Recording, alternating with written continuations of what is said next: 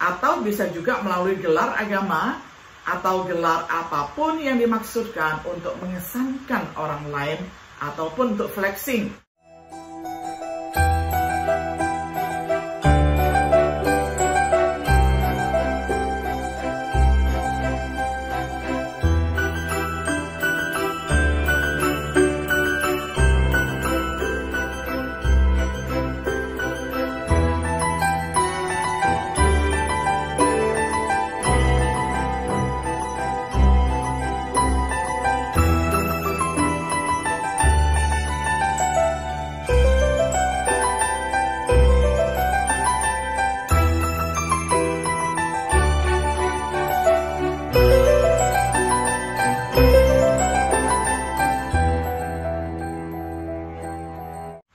Shalom, sahabat Biblika yang dikasihi oleh Tuhan.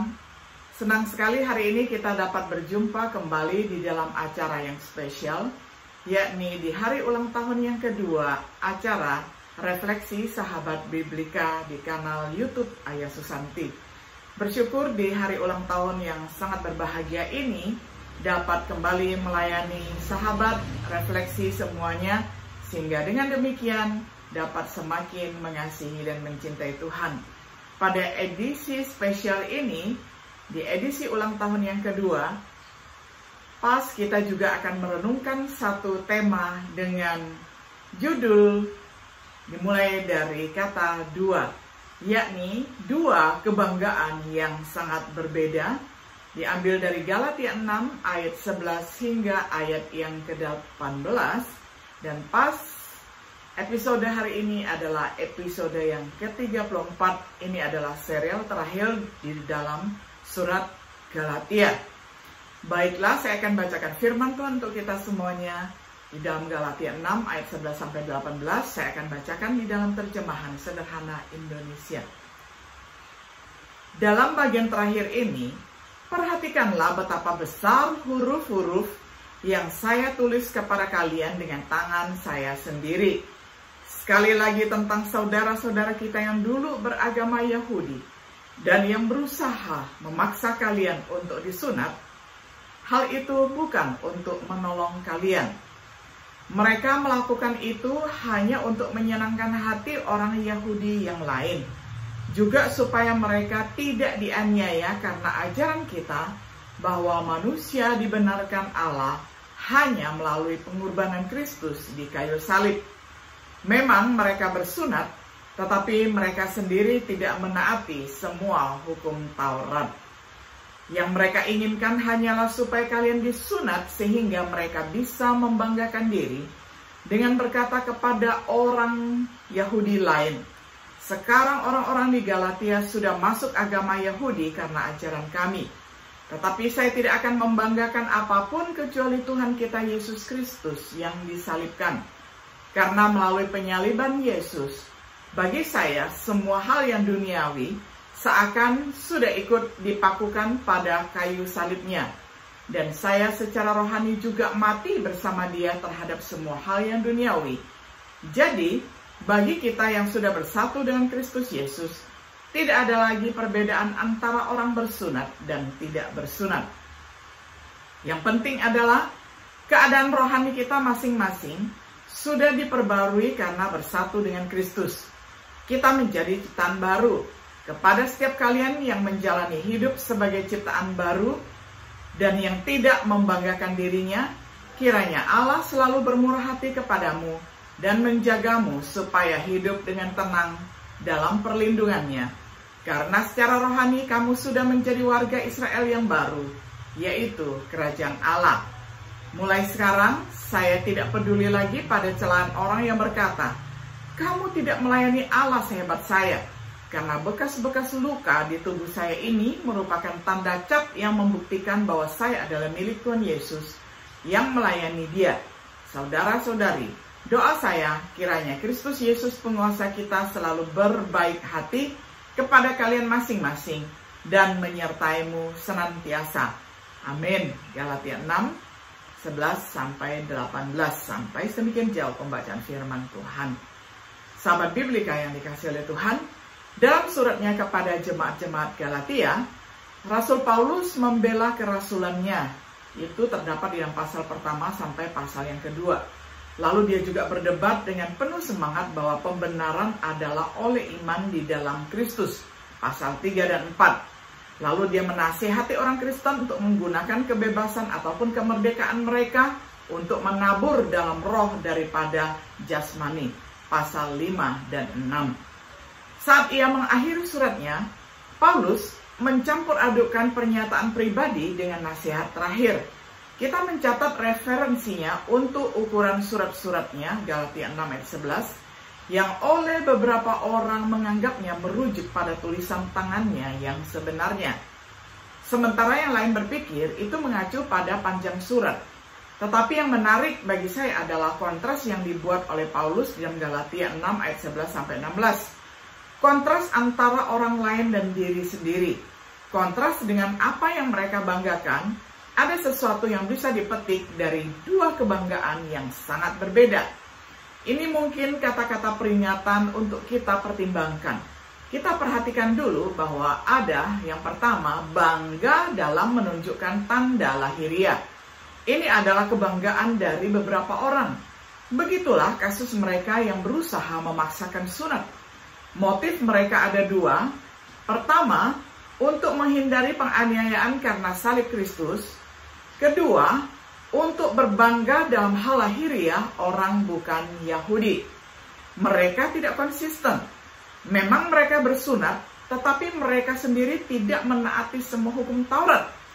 Tidak, yang mereka inginkan hanyalah supaya kalian disunat sehingga mereka bisa membanggakan diri dengan berkata kepada orang Yahudi lain, sekarang orang-orang di Galilea sudah masuk agama Yahudi karena ajaran kami.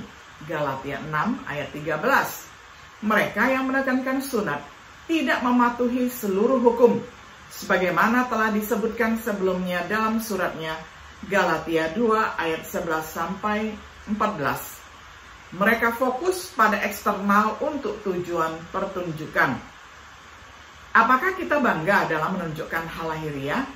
Dengan menjadi terlalu peduli dengan apa yang orang lain lihat dan pikirkan, dengan motif rangkap yang serupa, untuk menghindari ejekan dalam pelayanan kita kepada Kristus, untuk bangga dengan apa yang membuat orang lain terkesan. Bagaimana kita bisa bermegah dalam pertunjukan hal lahiriah hari ini? Bisa melalui pakaian keagamaan atau pakaian mahal, seperti yang dijelaskan di dalam 1 Timotius 2 ayat 9 sampai 10, lalu 1 Petrus 3 ayat 3 sampai 5, atau bisa juga melalui gelar agama atau gelar apapun yang dimaksudkan untuk mengesankan orang lain ataupun untuk flexing, melalui pembangunan gereja yang terlalu mahal dan rumit, dan kemudian itu juga menjadi kebanggaan sekelompok denominasi, itu juga bisa menjadi sebuah ajang show off ataupun pameran.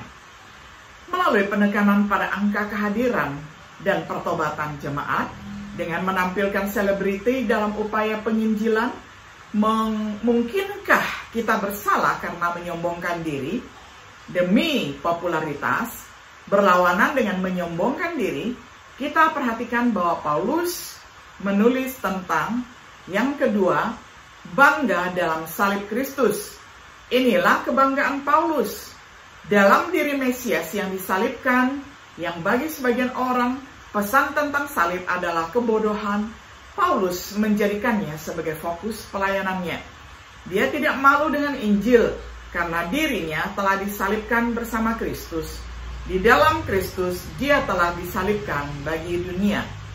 Tentang yang dia tulis sebelumnya dalam surat ini, di mana dia sekarang menjalani kehidupan iman di dalam Yesus, mengubah prioritas dalam hidupnya.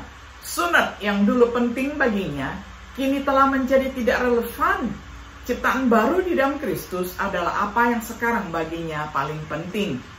Memberkati mereka yang memiliki prioritas yang sama, meminta pengertian dari mereka yang telah menyusahkannya. Galatia 6 ayat 16-18. Kebanggaan Paulus adalah dalam kuasa transformasi Yesus Kristus. Apakah kita bangga dalam salib Kristus? beberapa orang lebih suka menyombongkan diri dalam hal-hal lain yang seharusnya tidak mereka lakukan.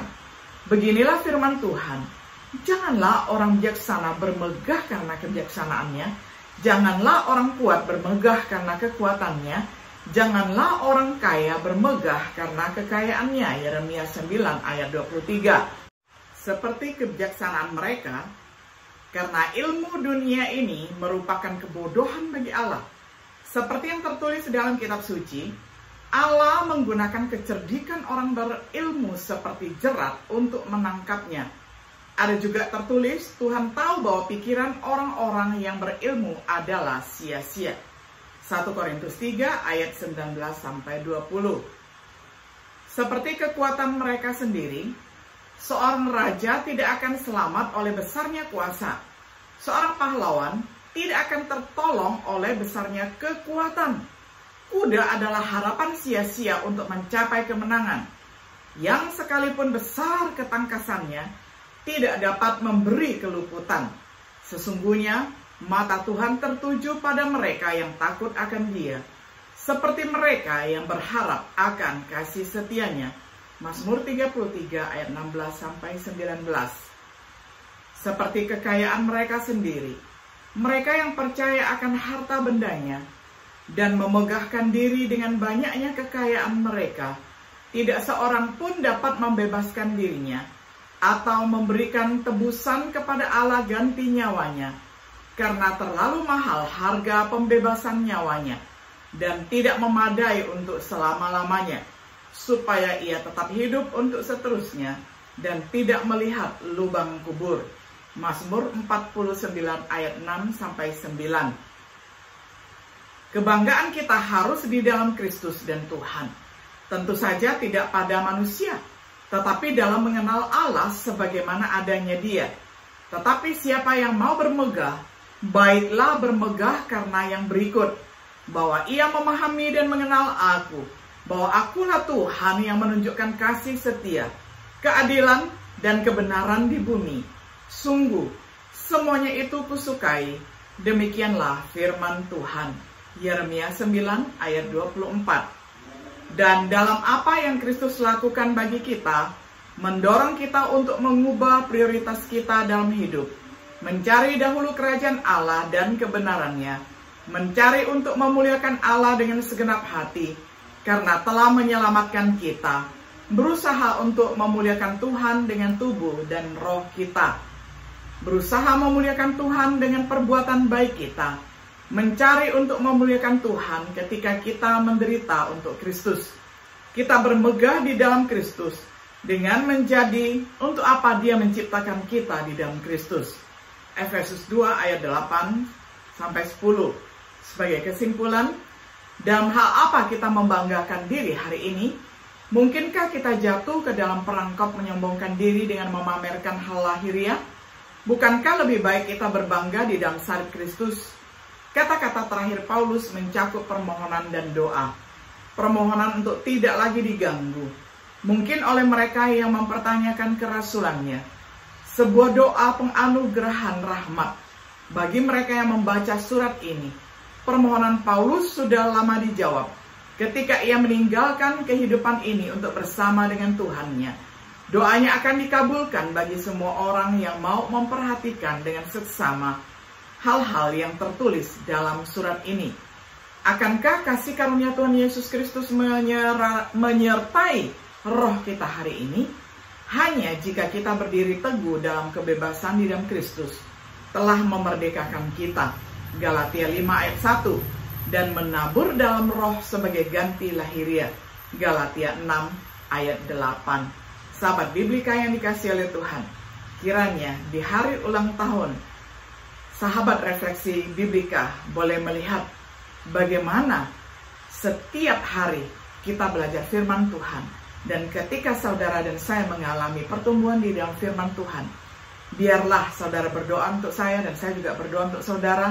Dan kita saling mendukung channel ini sehingga dengan demikian maka kerajaan Allah akan semakin diperluas dengan semakin luasnya acara-acara ini disebarluaskan dan diperdengarkan kepada sahabat-sahabat kita. Kiranya Tuhan menyertai kita semuanya. Shalom.